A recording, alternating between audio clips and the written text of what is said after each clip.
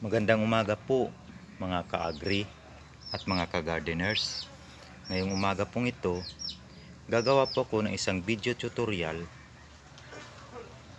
kung paano gawing compost fertilizer ang ating mga kitchen waste na balat po ng gulay, prutas, balat ng ricado, sapal ng nyug, eggshell at balat ng kamuting kahoy. Ito po ang gagamitin natin sa paggawa ng compost fertilizer.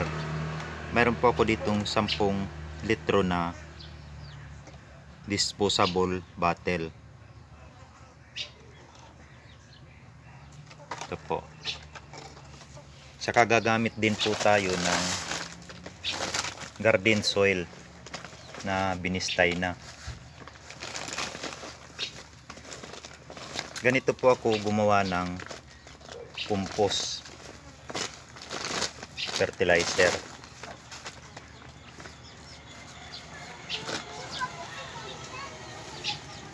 Una ko pong gagawin, maglalagay po muna ako ng garden soil dito sa disposable bottle na 10 liters.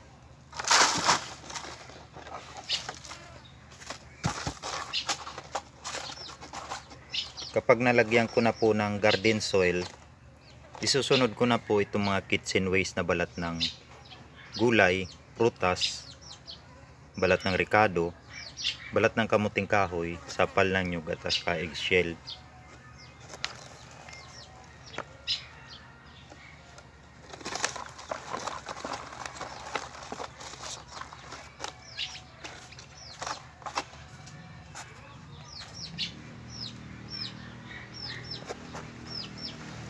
Kung mahilig po kayong mag-halaman, yung atin pong mga kitchen waste, gawin po nating compost fertilizer para magkaroon po tayo ng organic fertilizer.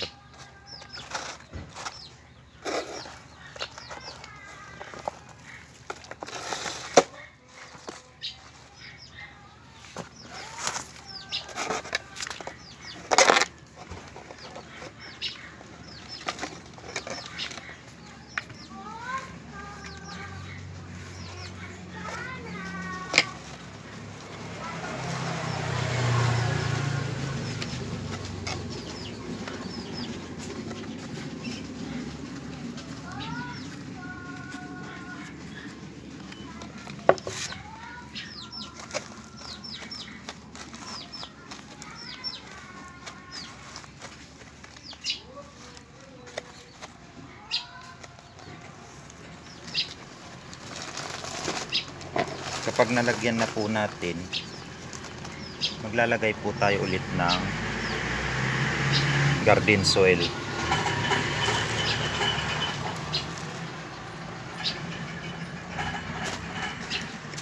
Ile-layer po natin garden soil, mga kitchen waste, garden soil ulit, tapos kitchen waste po ulit ng mga balat. Ito po ang sinunod na inilagay ko, balat ng kamuting kahoy.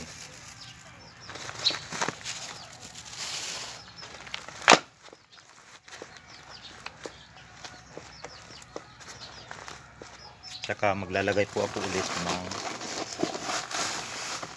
garden soil.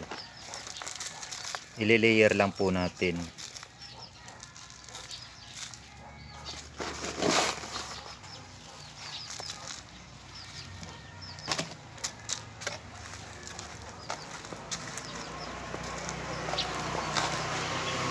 Tapos isusunod ko na po itong sapal ng nyug.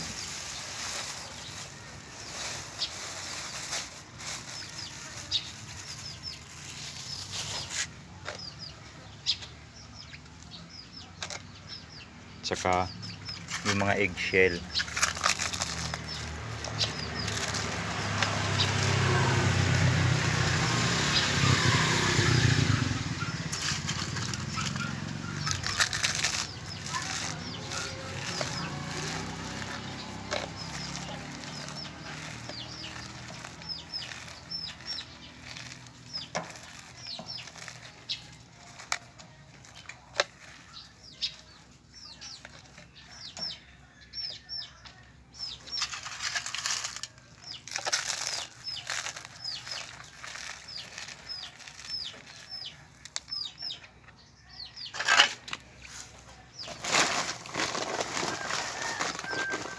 maglalagay po ulit tayo ng garden soil. Paulit-ulit lang po natin gagawin ang paglagay ng garden soil at mga kitchen waste hanggang sa mapuno po itong ating lagayan ng ginagawang compost fertilizer.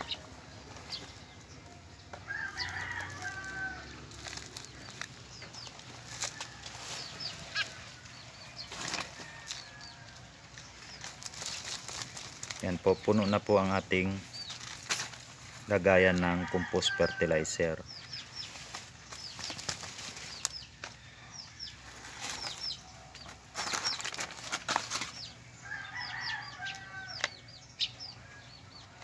Kapag puno na po, kailangan rin po nating diligan ng ating ginagawang compost fertilizer para po mabilis po siyang ma-decompose.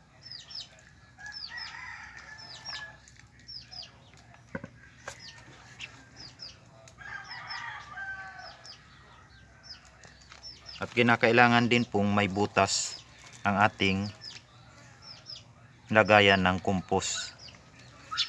Yan po, may butas po yan.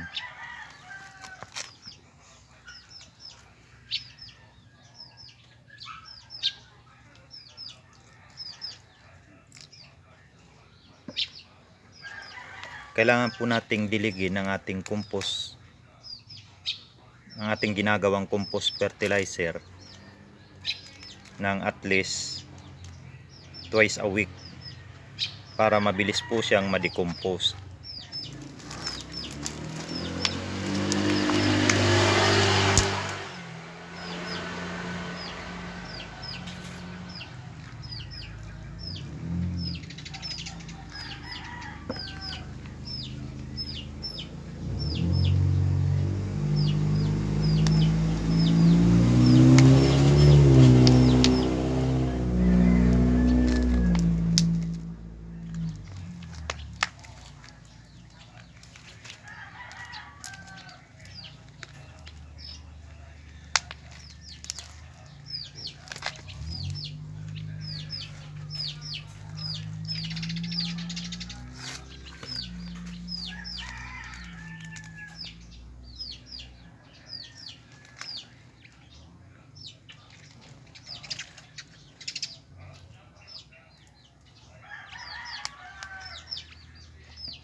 Kapag lagi po natin binabasa ang ating pinadidecompose, mabilis po siyang mag-decompose.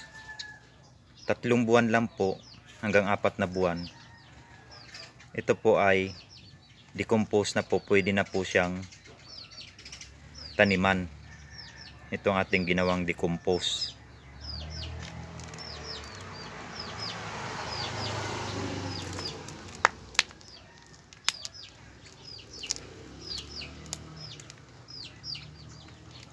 Pwede po ito nating taniman ng rekta na po, o pwede rin po nating gamitin itong ginawa nating compost fertilizer na gagawin nating pataba o fertilizer sa mga tanim nating gulay, prutas at saka mga ornamental plants.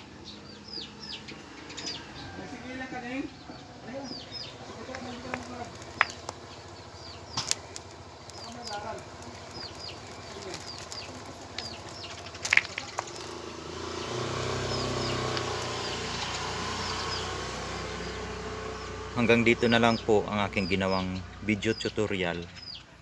Sana po may natutunan kayong dagdag kaalaman